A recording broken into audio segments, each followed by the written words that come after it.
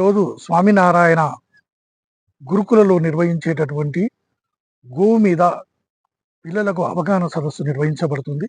ఈరోజు ఎగ్జామ్ కూడా నిర్వహించారు. ఏమిటంటే గోమాత భారత్ మాత, రెండో మాత గోమాత. గోవుని జాతీయ జంతువుగా ప్రకటించాలి. ఎందుకంటే ఎన్నో గోవులు బలైపోతా ఉన్నాయి. పండగల పేరు మీద వీళ్ళు వేరువేరుగా గోమాతలను చంపేయడం జరుగుతుంది.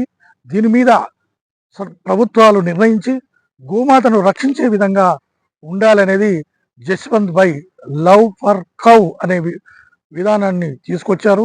ప్రతి ఊరిలో కూడా గోవుల పట్ల అరాచకాలు, గోవధను నిషేధించాలనే విధంగా నడుస్తూ ఉంది. ప్రతి ఒక్కరు కూడా గోవులను రక్షించాలి. ప్రతి వారి బాధ్యత గోవు రక్షణ. ఎందుకంటే ఎన్నో జీవులున్నా, ఎన్నో జంతువులున్నా ఆవు ప్రముఖ పాత్ర పోషిస్తున్నది. తల్లి లేని వాళ్లకు తల్లి తాను పాలనిస్తూ ఉంది. ఎన్నో ఔషధాలకు మూలమైంది ఆవు.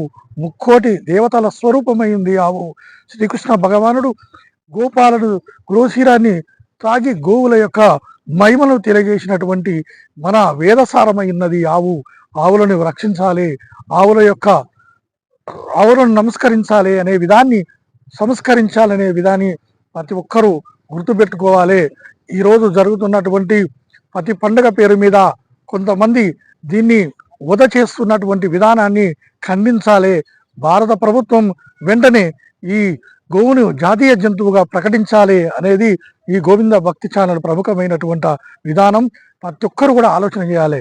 ఇవాళ జరుగుతున్నటువంటి ఎన్నో గోవుల మీద అరాచకమైనటువంటి గోవుల జరుగుతున్నది. దీన్ని ప్రముఖంగా తీసుకురావాలనేది మనవి చేస్తూ జై శ్రీరామ్, జై గోమాత.